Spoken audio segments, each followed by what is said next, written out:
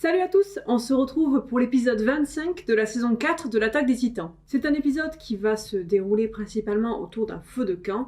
Il va être assez posé, mais dans son contenu très pulsionnel. Les personnages vont se retrouver en face d'un feu de vérité qui va les forcer à sortir de l'ombre et à se révéler. Révélation, colère, larmes, tension, dispute, interrogation sur ce qu'il faut faire, mais aussi cohabitation et entente, ça va être clairement à bas les masques. La mise en scène est très intéressante, on va retrouver ces personnages en cercle autour de ce feu, ce cercle qui représente le cycle de la violence, qu'il va falloir arrêter ou continuer. Mais on va tout de suite passer à la partie spoilers pour en parler plus en détail. L'épisode commence avec le rêve de Jean, il rêve d'avoir un bel appart, l'amour de sa vie et de picoler Pépouze, un peu le rêve de tout le monde. Jean, c'est un personnage qui est très bien développé depuis quelques temps, ça fait plaisir. J'ai trouvé très émouvant le passage avec Hansi et tous les personnages qui sont décédés derrière elle.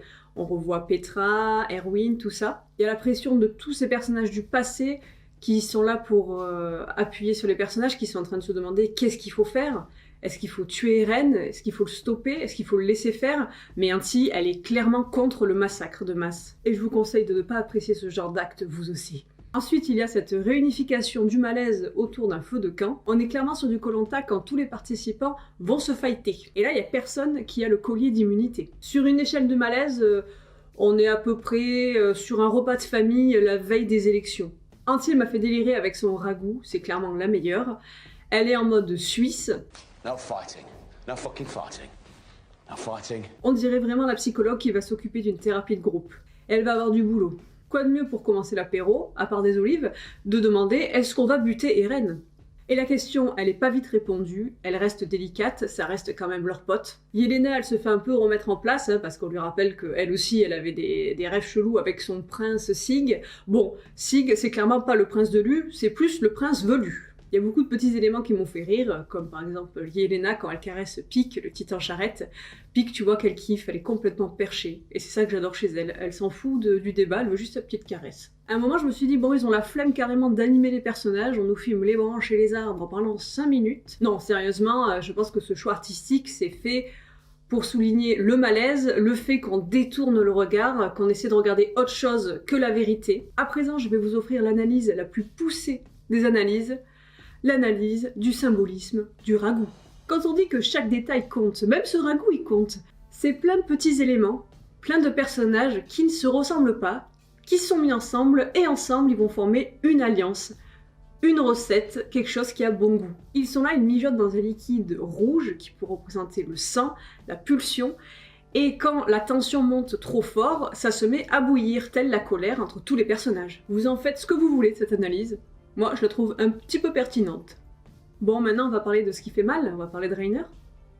Heureusement que Reiner, c'est le personnage préféré de l'auteur, parce que sinon, qu'est-ce qui se serait pris dans la gueule? Lol.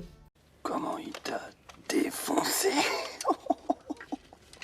Reiner se prend une grosse branlée de la part de Jean, bon, il se laisse faire, je pense, parce que s'il s'était défendu, Jean, t'aurais moins fait le malin. Je t'aime bien, Jean, mais calme-toi quand même. Bon, Reiner, c'est un grand seigneur, il sait qu'il la mérite, sa tarte, pour le pauvre Marco. Mais je ressens beaucoup d'empathie pour ce personnage, parce que déjà, il défend Annie en disant que c'est lui qui a donné l'ordre, mais bon, Annie, elle était pas obligée d'obéir non plus. Mais c'est le rôle du titan cuirassé de défendre les autres, de les protéger. Il avait déjà défendu le titan bestial au début de la saison 4, en se sacrifiant, en se mettant devant lui pour le protéger des tirs des bateaux. C'est un bouclier, il se doit d'être solide physiquement, mais psychiquement, on sent qu'il est à bout, qu'il en peut plus.